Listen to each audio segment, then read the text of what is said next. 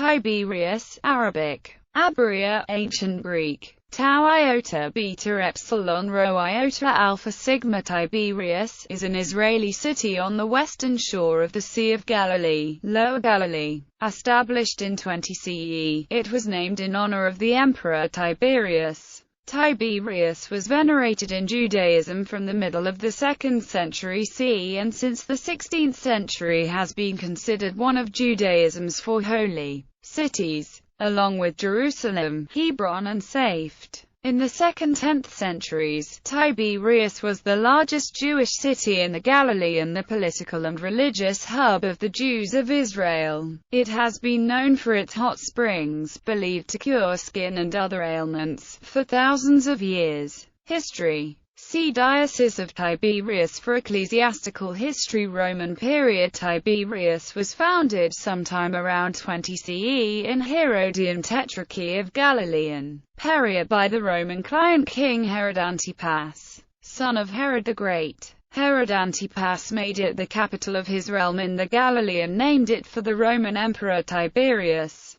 The city was built as a spa and developed around 17 natural mineral hot springs. It was populated mainly by Jews, with its growing spiritual and religious status exerting a strong influence on balneological practices. The Jewish oral tradition holds that Tiberias was built on the site of the Israelite and later Jewish village of Racket, first mentioned in the Book of Joshua. In Talmudist times, the Jews still referred to it by this name. Conversely, in the Antiquities of the Jews, the Roman Jewish historian Josephus calls the village with hot springs Emmaus, located near Tiberias. This name also appears in the Wars of the Jews. In the days of Herod Antipas, some of the most religious Jews refused to settle there. The presence of a cemetery rendered the site ritually unclean for the priestly caste. Antipas settled many non-Jews there from rural Galilee and other parts of his domains in order to populate his new capital. In an early recorded case of forced gentrification, and built a palace on the Acropolis. The prestige of Tiberias was so great that the Sea of Galilee soon came to be named the Sea of Tiberias. However, the Jewish population continued to call it Jam ha-Kinneret, its traditional name. The city was governed by a city council of 600 with a committee of 10 until 44 CE when a Roman procurator was set over the city after the death of Herod Agrippa I. Under the Roman Empire, the city was known by its Greek name Tau iota beta epsilon rho iota alpha sigma, an adaptation of the Tor suffixed Semitic form that preserved its feminine grammatical gender. In 61 CE Herod Agrippa II annexed the city to his kingdom whose capital was Caesarea Philippi. During the First Jewish-Roman War Josephus took control of the city and destroyed Herod's palace, but was able to stop the city from being pillaged by the army of the Jewish ruler who had remained loyal to Rome. Where most other cities in the provinces of Iudaea, Galilee and Idumea were razed, Tiberias was spared because its inhabitants remained loyal to Rome. After Josephus had surrendered the city to the Roman Emperor Vespasian, it became a mixed city after the fall of Jerusalem in 70 CE. With Judea subdued, the southern Jewish population migrated to the Galilee. There is no direct indication that Tiberias, as well as the rest of Galilee, took part in the Bar Kokhba revolt of 132–136 CE, thus allowing it to exist, despite her heavy economic decline due to the war. Following the expulsion of all Jews from Jerusalem after 135 CE, Tiberias and its neighbor Zipri became the major Jewish cultural centers,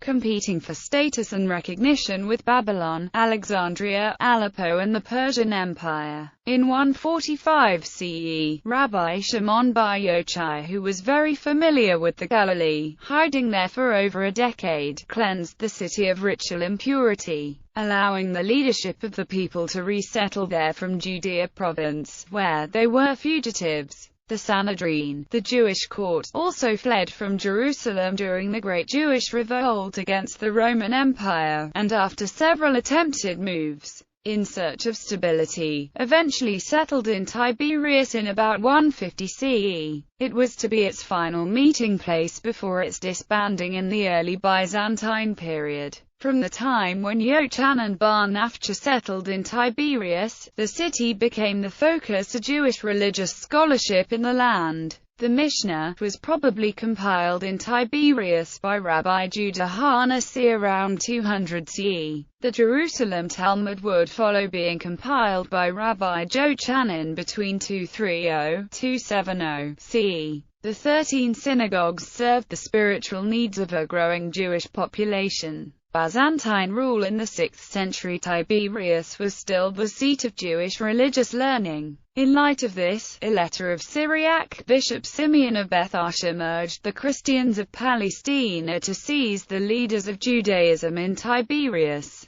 to put them to the rack, and to compel them to command the Jewish king, Dunuas, to desist from persecuting the Christians in Najran. In 614, Tiberias was the site where, during the final Jewish revolt against the Byzantine Empire, parts of the Jewish population supported the Persian invaders. The Jewish rebels were financed by Benjamin of Tiberias, a man of immense wealth. According to Christian sources, during the revolt Christians were massacred and churches destroyed. In 628, the Byzantine army returned to Tiberias upon the surrender of Jewish rebels and the end of the Persian occupation after they were defeated in the Battle of Nineveh. A year later, influenced by radical Christian monks, Emperor Heraclius instigated a wide-scale slaughter of the Jews, which practically emptied Galilee of most its Jewish population, with survivors fleeing to Egypt. Arab rule. Tiberias, or Tiberia in Arab transcription, was conquered by Shurabil in the year 13. By capitulation, one half of the houses and churches were to belong to the Muslims, the other half to the Christians. Since 636 CE, Tiberias served as the regional capital, until Beit Shean took its place. Following the Rashidun conquest, the Caliphate allowed 70 Jewish families from Tiberias to form the core of a renewed Jewish presence in Jerusalem, and the importance of Tiberias to Jewish life declined. The caliphs of the Umayyad dynasty built one of its square-plan palaces on the waterfront to the north of Tiberias, at Kirbet al-Minya. Tiberias was revitalized in 749, after Bet Shean was destroyed in an earthquake. An imposing mosque, 90 meters long by 78 meters wide, resembling the Great Mosque of Damascus, was raised at the foot of Mount Berenice next to a Byzantine church, to the south of the city. As the 8th century ushered in Tiberias's golden age, when the multicultural city may have been the most tolerant of the Middle East, Jewish scholarship flourished from the beginning of the 8th century to the end of the 10th, when the oral traditions of ancient Hebrew, still in use today, were codified. One of the leading members of the Tiberians Masoretic community was Aaron ben Moses ben Asher, who refined the oral tradition now known as Tiberians Hebrew. Ben Asher is also credited with putting the finishing touches on the Aleppo Codex, the most accurate existing manuscript of the Hebrew scriptures. The Arab geographer al-Muqaddasi, writing in 985, describes Tiberias as a hedonistic city afflicted by heat. For 2 months they dance, for 2 months they gobble, for 2 months they swat, for 2 months they go about naked, for 2 months they play the reed flute, and for 2 months they wallow in the mud. As the capital of Jordan province, and a city in the valley of Canaan, the town is narrow, hot in summer and unhealthy. There are here 8 natural hot baths, where no fuel need be used, and numberless basins besides of boiling water. The mosque is large and fine, and stands in the marketplace. Its floor is laid in pebbles, set on stone drums, placed close one to another. According to Muqaddasi, those who suffered from scab ulcers and other such diseases came to Tiberias to bathe in the hot springs for 3 days. Afterwards they dip in another spring which is cold, whereupon they become cured. In 1033 Tiberias was again destroyed by an earthquake. A further earthquake in 1066 toppled the Great Mosque. Nazir-I Khusru visited Tiberias in 1047, and describes a city with a strong wall, which begins at the border of the lake and goes all around the town except on the water side. Furthermore, he describes numberless buildings erected in the very water. The lake is very full of fish. The Friday Mosque is in the midst of the town. At the gate of the mosque is a spring, over which they have built a hot bath. On the western side of the town is a mosque known as the Jasmine Mosque. It is a fine building, and in the middle part rises a great platform, where they have their mihrabs. All round those they have set jasmine shrubs, from which the mosque derives its name. Crusader period. During the First Crusade, Tiberias was occupied by the Franks soon after the capture of Jerusalem. The city was given in fief to Tancred, who made it his capital of the Principality of Galilee in the Kingdom of Jerusalem. The region was sometimes called the Principality of Tiberias, or the Tiberiad. In 1099 the original site of the city was abandoned, and settlement shifted north to the present location. St. Peter's Church, originally built by the Crusaders, is still standing today, although the building has been altered and reconstructed over the years. At the beginning of the 12th century the Jewish community of Tiberias numbered about 50 families, and at that time the best manuscripts of the Torah were said to be found there. In the 12th century, the city was the subject of negative undertones in Islamic tradition. A hadith recorded by Ibn Asakir of Damascus names Tiberias as one of the 4 cities of hell. This could have been reflecting the fact that at the time, the town had a notable non-Muslim population. In 1187, Saladin ordered his son Al-Afdal to send an envoy to Count Raymond of Tripoli requesting safe passage through his fiefdom of Galilee and Tiberias.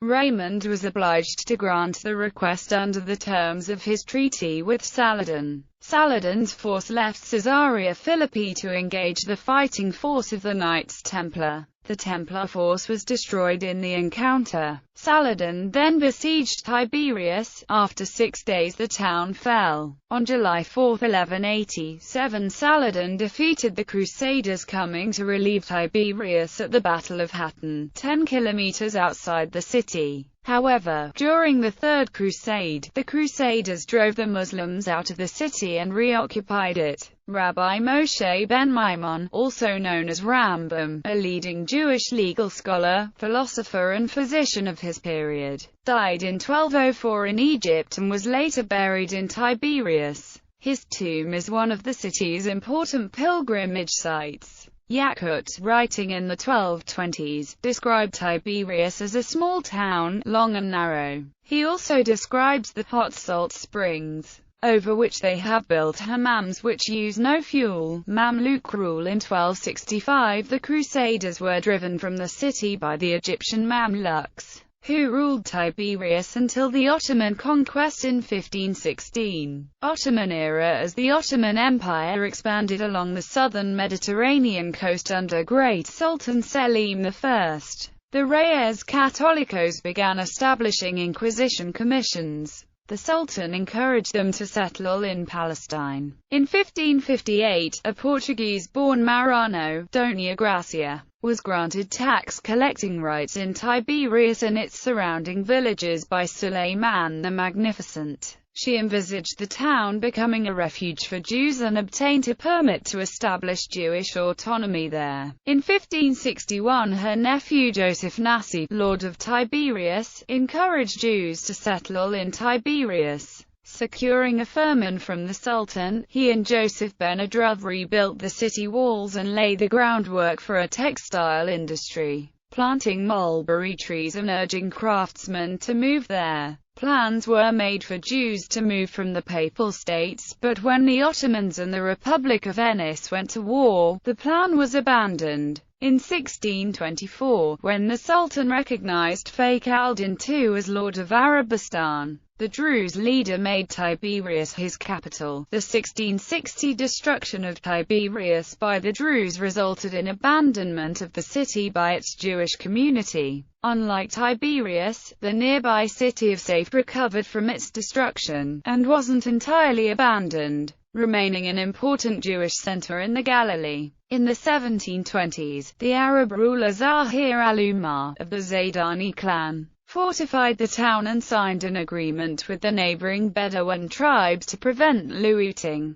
Accounts from that time tell of the great admiration people had for Zahir, especially his war against bandits on the roads. Richard Pocock, who visited Tiberias in 1727, witnessed the building of a fort to the north of the city, and the strengthening of the old walls, attributing it to a dispute with the Pasha of Damascus. Under instructions from the Ottoman Porte, Suleiman Pasha al-Azm of Damascus laid siege to Tiberias in 1742, with the intention of eliminating Zahir, but his siege was unsuccessful. In the following year, Suleiman set out to repeat the attempt with even greater reinforcements, but he died en route. Under Zahir's patronage, Jewish families were encouraged to settle in Tiberias. He invited Rabbi Chaim Abulafia of Smyrna to rebuild the Jewish community. The synagogue he built still stands today, located in the Court of the Jews. In 1775, Ahmed el-Jazar, the butcher, brought peace to the region with an iron fist. In 1780, many Polish Jews settled in the town. During the 18th and 19th centuries it received an influx of rabbis who re-established it as a center for Jewish learning. Around 600 people, including nearly 500 Jews, died when the town was devastated by the 1837 Galilee earthquake. An American expedition found Tiberias still in a state of disrepair in 1847–1848. In 1885, a Scottish doctor and minister, David Watt Torrance, opened a mission hospital in Tiberias that accepted patients of all races and religions. In 1894, it moved to larger premises at Beit Abu Shamnal Abu Hannah. In 1923 his son, Dr. Herbert Watt Torrance, was appointed head of the hospital. After the establishment of the State of Israel, it became a maternity hospital supervised by the Israeli Department of Health. After its closure in 1959, the building became a guest house until 1999, when it was renovated and reopened as the Scots Hotel. British mandate. Initially the relationship between Arabs and Jews in Tiberias was good, with few incidents occurring in the Nebi Musa riots and the disturbances throughout Palestine in 1929. The first modern spa was built in 1929. The landscape of the modern town was shaped by the Great Flood of November 11, 1934. Deforestation on the slopes above the town combined with the fact that the city had been built as a series of closely packed houses and buildings, usually sharing walls, built in narrow roads paralleling and closely hugging the shore of the lake. Flood waters carrying mud, stones, and boulders rushed down the slopes, and filled the streets and buildings with water so rapidly that many people did not have time to escape. The loss of life and property was great. The city rebuilt on the slopes and the British Mandatory government planted the Scottish forest on the slopes above the town to hold the soil and prevent similar disasters from recurring. A new sea wall was constructed, moving the shoreline several yards out from the former shore. In October 1938, Arab militants murdered 20 Jews in Tiberias during the 1936–39 Arab revolt in Palestine. Between the April 8–9, 1948, sporadic shooting broke out between the Jewish and Arab neighborhoods of Tiberias.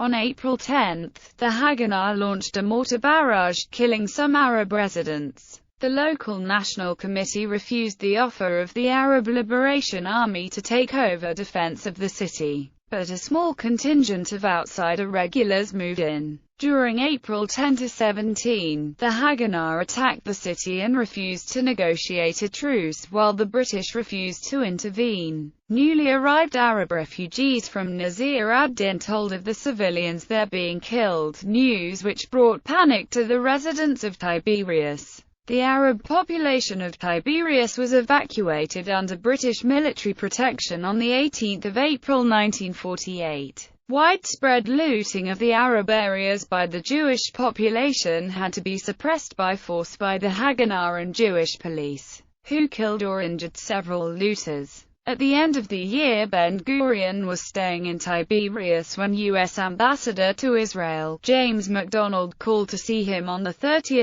December 1948. The envoy presented a British ultimatum for Israeli troops to leave the Sinai, Egyptian territory. Israel rejected it, but Tiberias became famous. Modern era. The city of Tiberias became almost entirely Jewish since 1948. Many Sephardic and Mizrahi Jews settled in the city, following the Jewish exodus from Arab countries in late 1940s and the early 1950s. Over time, government housing was built to accommodate much of the new population, like in many other development towns. Over time, the city came to rely on tourism, becoming a major Galilean center for Christian pilgrims and internal Israeli tourism. The ancient cemetery of Tiberias and its old synagogues are also drawing religious Jewish pilgrims during religious holidays. PM Yitzhak Rabin mentioned the town in his memoirs on the occasion of signing the historic peace agreement with Egypt in 1979, and again at the Casablanca Conference in 1994. Tiberias consists of a small port on the shores of the Galilee Lake for both fishing and tourist activities.